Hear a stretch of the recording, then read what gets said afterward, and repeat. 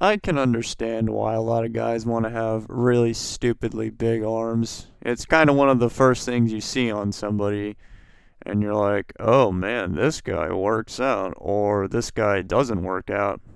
So naturally, a lot of guys are gonna like to train their arms so they can come off as big, scary, and intimidating. But I'll say to my surprise that there's a lot of guys also out there that don't like to train their arms because it's such a small muscle group and they'd rather go train legs or back or something. I would like to consider myself to be a little bit of an anomaly because I actually like to train arms, but I don't have really stupidly big arms. They're just kind of lean and cool looking, I guess. So here I go, back at it again doing arms. So I've already done barbell curls on the squat rack too, or else they don't count. And then I did some reverse curls with that barbell. That movement is like really good for your forearms, really underrated. And then we've got some tricep action going on here.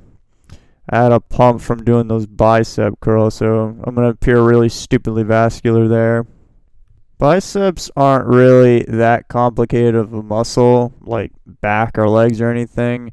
But I will say, from my experience, I think doing hammer curls are really important, especially for that long head. I'm using dumbbells right here, but you can use a cable machine or you can even use a plate, like a 45-pound plate or whatever's appropriate for you to do hammer curls. Pretty underrated.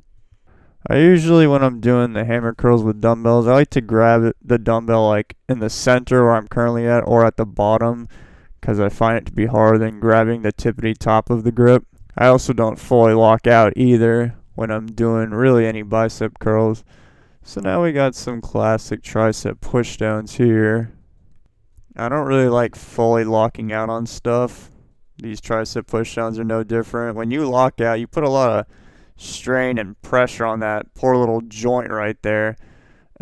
That's your bone, and you kind of need that for like the rest of your life. So if you harm the integrity of that, you're in for kind of a jacked up future.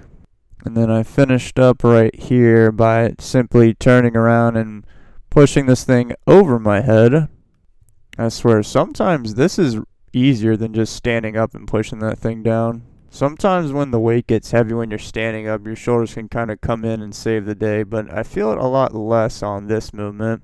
And yeah, that's about it. Well, goodbye forever.